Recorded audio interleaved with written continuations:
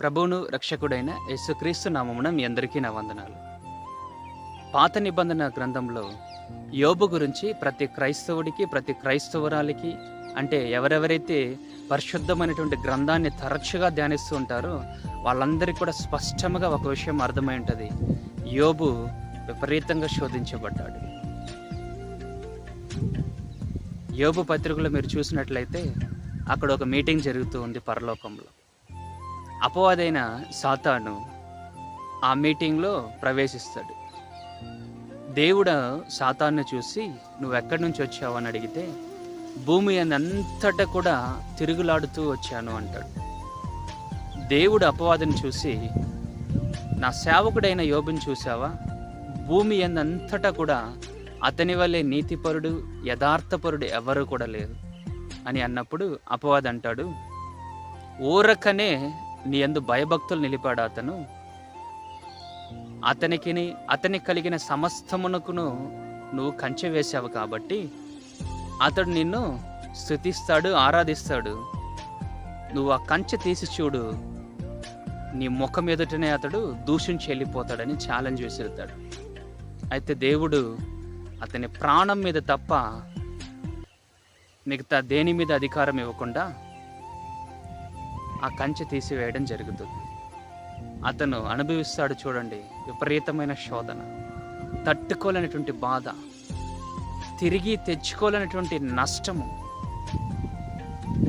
వ్యాధి, సొంత భార్య దూషిస్తుంది, ఒంటరివాడైపోయాడు.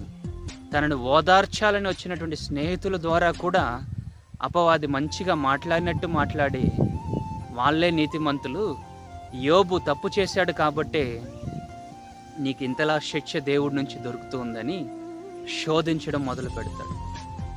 అయితే చివరికి అతను మొరపెడుతున్న ప్రతి మొరలో కూడా తన యొక్క యథార్థతను గురించి దేవుని దగ్గర వివరించాడే తప్ప దేవుడు అనీతిమంతుడని ఎక్కడా కూడా అతను చెప్పలేదు.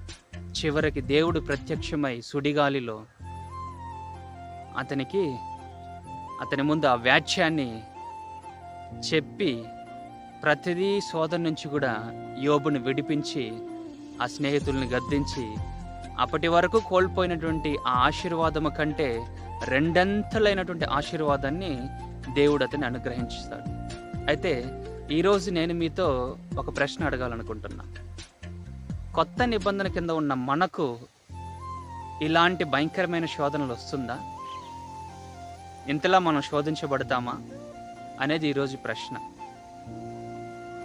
లూకా రాసిన సువార్త 22వ అధ్యాయము 31, 32 వచనం మీరు చదివినట్లయితే ప్రభువు సీమోను పేతురును చూసి, సీమోను సీమోను, అపవాది మిమ్మును పట్టి గోధుమ వలె చెల్లడించాలని కోరుకున్నాడు, కానీ నీ నమ్మిక తప్పిపోకున్నట్లు నేను నీ పక్షముగా వేడుకున్నాను. నీ మనస్సు తిరిగి నీ సహోదరులను స్థిరపరచు అనే ఒక వాక్యం ఉందండి. చూడండి, అపవాది పాత నిబంధనలో యోబును శోధించాడు, కొత్త నిబంధనలో శిష్యులను శోధించడానికి వాడు అడిగాడంట అనుమతి. అయితే లూకా రాసిన సువార్త 10వ అధ్యాయము 19వ వచనంలో ఒక మాట చెప్పబడిందండి. రోగులను స్వస్థపరచడానికి, చనిపోయిన వారిని తిరిగి లేపడానికి, శత్రువు బలమంతటి మీద కూడా మనకు అధికారాన్ని ఇచ్చాడు. ఎంత పెద్ద ఒక భాగ్యం అండి! శత్రువు బలమంతటి మీద కూడా మనకు అధికారం ఇచ్చాడు. పాత నిబంధనలో ఉన్న ఎవరికి కూడా అంత అధికారం లేదండి. ప్రభువు తానే శరీరధారిగా దిగి వచ్చి మనకి అధికారాన్ని ఇచ్చాడు. 1వ పేతురు 5వ అధ్యాయంలో చెప్పబడుతుంది, అపవాది గర్జించు సింహం వలె ఎవరిని మృంగుదునా అని తిరుగుతున్నాడంట. దేవుని నమ్ముకున్న ఏ బిడ్డను కూడా వాడు తాకలేడు. దేవుని యందు భయభక్తులు నిలిపి దేవుడిచ్చిన అధికారాన్ని ధరించుకున్న ఏ బిడ్డను కూడా వాడు టచ్ చేయలేడు. అభిషక్తుని ముట్టనివ్వడానికి దేవుడు అధికారం ఇవ్వలేదు.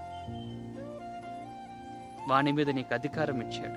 నువ్వు అధికారాన్ని ఉపయోగించకపోతే కుక్క కూడా నీకు విరోధంగా తోక ఆడిస్తూ వెళ్తుంది. జాగ్రత్త.